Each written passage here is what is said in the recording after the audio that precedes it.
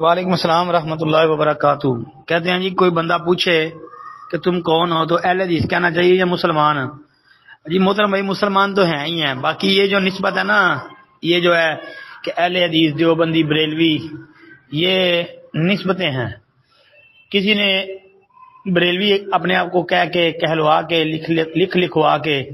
تو بریلی کی طرح نسبت کی ہے۔ یہ بریلی اب انڈیا کے ایک شہر ہے، ادھر لوگوں کی نسبت ہے، کیونکہ وہ احمد رضا خان بریلوی معروف ہوئے ہیں، ان کے بڑے اعلیٰ حضرت، تو لوگ جو ہیں ان کی طرف نسبت کرتے ہیں اور اپنے آپ کو بریلوی کہتے ہیں۔ اسی طرح دیوبندی، یہ بھی اپنے آپ کو دیوبند کہتے ہیں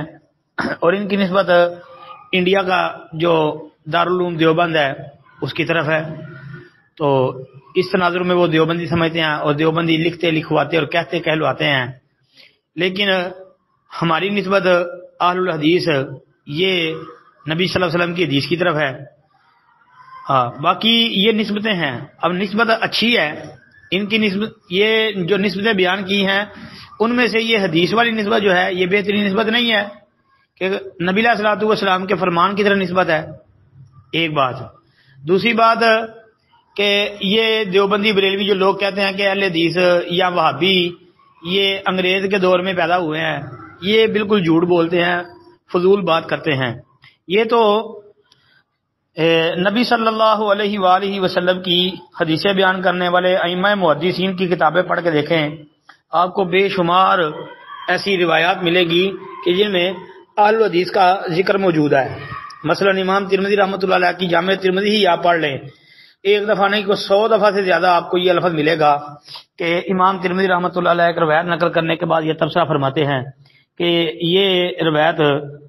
جو ہے یہ کیسی ہے، اس کے اندر جو راوی ہے وہ اہل الحدیث کے نزدیک ضعیف ہے، یا یہ مسئلے میں اہل علم ائمہ محدثین کا فقہا کا اختلاف ہے، اس میں فلاں کی رائے یہ ہے، فلاں کی رائے یہ ہے، اور اہل الحدیث جو ہے اصحاب الحدیث ان کا موقف یہ ہے، وغیرہ وغیرہ۔ اس کی بے شمار آپ کو مثالیں انشاءاللہ ترمذی کے اندر سے مل جائیں گی۔ تو بلکہ ہم علمی خیانت نہیں کرتے اور ان لوگوں کی طرح ضعیف اور موضوع روایتوں کا سہارا نہیں لیتے، ہم تو پہلے کہتے ہیں کہ یہ نسبت ہے اور اچھی نسبت ہے،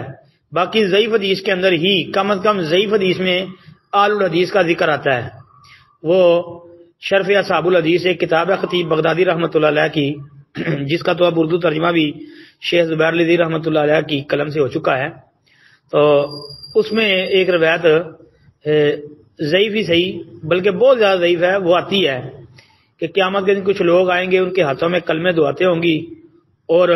وہ کون ہوں گے؟ اصحاب الحدیث ہوں گے، جو اللہ کے رسول کی حدیثیں لکھتے ہوں گے، تو وہاں پر بھی اصحاب الحدیث کا ذکر آتا ہے، اہل الحدیث کا ذکر آتا ہے، لیکن وہ روایت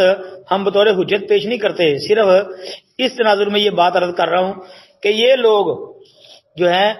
جو اعتراض کرتے ہیں ان کو کم از کم یہ سوچنا چاہیے کہ اہل الحدیث کا ذکر تو ضعیف حدیث کے اندر ہی موجود ہے، لیکن دیوبندی بریلوی کا ذکر تو دنیا کے اندر ضعیف حدیث میں بھی موجود نہیں ہے، تو اس لیے یہ اختلاف نہیں کرنا چاہیے، یہ نسبتیں ہیں، نسبتیں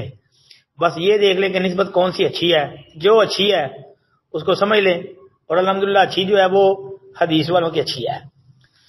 السلام علیکم ورحمۃ اللہ۔